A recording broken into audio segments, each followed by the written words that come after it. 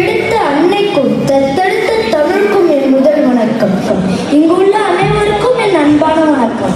என் பெயர் ஹர்ஷவர்தன், 3ஆம் வகுப்பு. என் தலைப்பு நான் செல்ல விரும்பிய இடம். கல் தோன்றி மண் தோன்ற காலத்தே வாளோடு முன் தோன்றி மூத்த குடி நம் தமிழ் குடி. இத்தகைய பெருமை கொண்ட நம் தமிழ் மொழிக்கு மேலும் மெருகூட்டுவது நம் கலைகளும் கட்டிட கலைகளும்.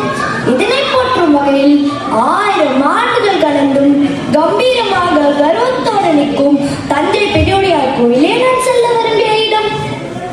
இது பொதுவாக தஞ்சை பெரிய கோயில் என்று அழைக்கப்படுகிறது.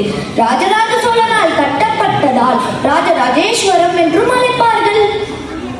வடமொழியில் இது பிரகதீஸ்வரர் ஆலயம் என்றும் கூறுவர். இக்கோவிலை மாமன்னன் ராஜராஜ சோழன் கிபி 1010ஆம் ஆண்டு கட்டினார்.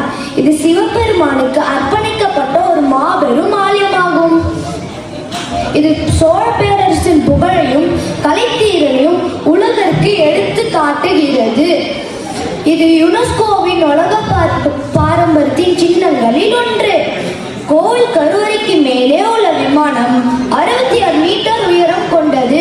விமானத்தின் உச்சியில் உள்ள கலசம் ஒரே கல்லால் செதுக்கப்பட்டது. அதன் எடை சுமார் 80 டன் இருக்கும்.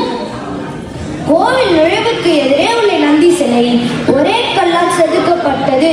இது இந்தியாவின் 2ஆம் பெரிய நந்தி சிலையாகும். கோவில் முழுவதும் கருங்கற்களால் கட்டப்பட்டது. சுமார் 1 லட்சம் டன்களுக்கும் அதிகமாக கருங்கற்கள் பயன்படுத்தினார்கள். கோவில் சுவர்கள் முழுவதும் ராஜராஜ சோழ காலத்து சமூக, அரசியல், பொருளாதார கல்வெட்டுகளும் சோழ காலத்து ஓவியங்களும் உள்ளன. தமிழரின் கலை பண்பாடு வரலாற்றை 1000 ஆண்டுகள் மேலும் பறைசாற்றி நிற்கும் ஒரு அற்புத கட்டிட கலையின் சின்னம் தான் இந்த தஞ்சை பெரிய கோவில். இத்தனை ஆச்சரியம் தாங்கி நிற்கும் இக்கோவில்